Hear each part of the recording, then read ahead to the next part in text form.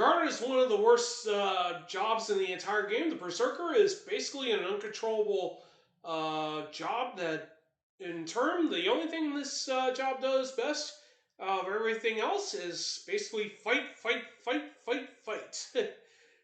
and and the trade-off for that is that you don't get to issue it any commands whatsoever, which makes it probably one of the worst jobs in the entire game in general.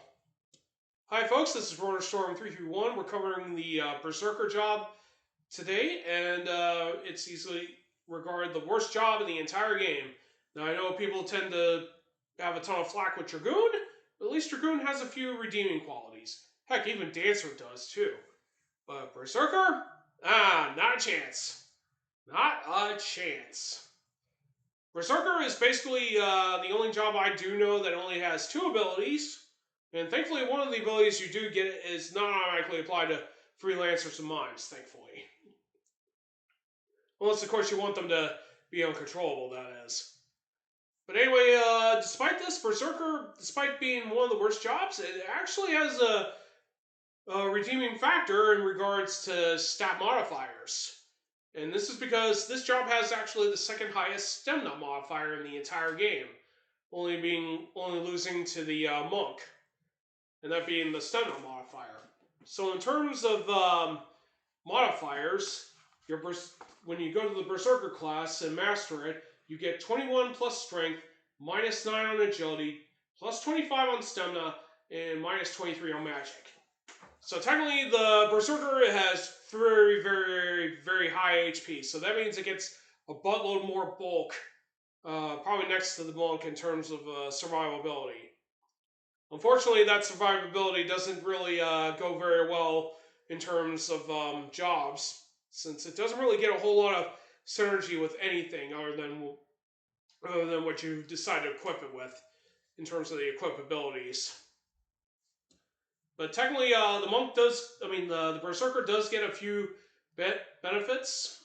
It is somewhat more accurate than the other jobs, and from what I've heard on the Pixel Remaster version, they no longer target the back row enemies. They'll start attacking the ones up front first before they go to the back. And of course, they're the only other job outside freelancers that can equip axes and hammers. So aside from these weapons, they can also equip knives and shields. So they can also probably benefit a few other things, but given the fact this job has no synergy whatsoever, in terms of anything I do know, it's not really going to be used for a whole lot. For those that do take part in the 4-job Fiesta runs, some people will take the Berserker Risk run over anything else. And that means all 4 party members will be Berserkers. So achieving that monumental feat is pretty awesome to see, if you do decide to do that. But anyway, let's go ahead and cover the only 2 abilities that Berserker gets. So the first ability that Berserker gets is the support ability Berserk.